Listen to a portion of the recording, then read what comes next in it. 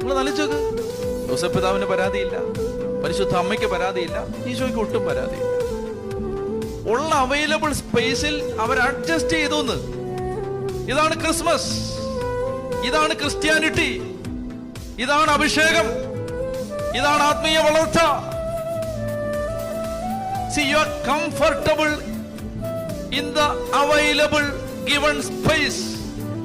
No regret, no complaint, no issues. You are comfortably happy in the available given space. മനസ്സിലാകുന്നുണ്ടോ പറയുന്നത്? കിട്ടിയ സ്ഥലത്ത് സ്തോത്രം, കിട്ടിയ സാധനം കൊണ്ട് സ്തോത്രം, കിട്ടിയ പരിഗണന കൊണ്ട് സ്തോത്രം, കിട്ടിയ സ്നേഹം കൊണ്ട് സ്തോത്രം. പുൽത്തൊട്ടി വായിക്കാനൊക്കെ നല്ല സുഖമുള്ള വാക്യങ്ങളായത്, പക്ഷെ ജീവിക്കാൻ നല്ല പ്രയാസമാണ്. പുൽത്തൊട്ടിയിൽ കിടത്തി. നിങ്ങളൊന്ന് ആലോചിച്ച് നോക്ക്, എത്ര വലിയ മനുഷ്യരാണ് ഇവര്. കിട്ടിയത് കൊണ്ട് ആമേൻ പറഞ്ഞു, സ്തോത്രം പറഞ്ഞു, ഹല്ലേലൂയ പറഞ്ഞു, സമാധാനമായിട്ട് കുഞ്ഞിനെ അവിടെ പ്രസവിച്ചിട്ട്. ഏതൊരു സ്ത്രീയും ഏറ്റവും കൂടുതൽ സ്വകാര്യത ആഗ്രഹിക്കുന്ന ഒരു സമയമാണ് ഒരു കൊച്ചിനെ പ്രസവിക്കുന്ന സമയം.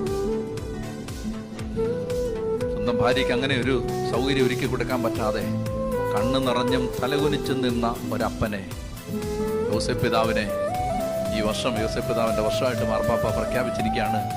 ആ യോസേപ്പ് പിതാവിനെ ഓർക്കണേ ക്രിസ്മസ് രാത്രി. സ്വന്തം ഭാര്യയ്ക്ക് ഒരിത്തിരി മറവ് കൊടുക്കാൻ നിവൃത്തിയില്ലാതെ നാണം കിട്ടും ഗതി കിട്ടും നിന്ന ഒരു പാവപ്പൻ,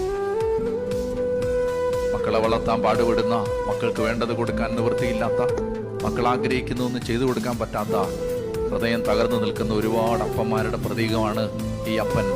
അദ്ദേഹം സ്തോത്രം ചെയ്തുകൊണ്ട് പറഞ്ഞു, കർത്താവേ, പുൽത്തൊട്ടിയെങ്കിൽ പുൽത്തൊട്ടി, ഞാൻ നിന്നെ സ്തുതിക്കും.